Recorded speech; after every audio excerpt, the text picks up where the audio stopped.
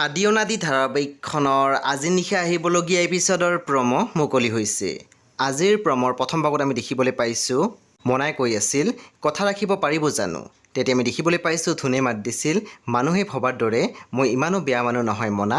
তাৰপিছত আমি প্ৰমত দেখিবলৈ পাইছোঁ দেৱিকাই কৈ আছিল মাতুৱে কোৱাৰ দৰে চবতে ময়ে জগৰীয়া নেকি। তাৰপিছত আমি প্ৰমত দেখিবলৈ পাইছোঁ ল'ৰাজনে কৈ আছিল থেই মই দেখোন বিয়াই পতা নাই আৰু বিয়া পতা বয়স হোৱা নাই।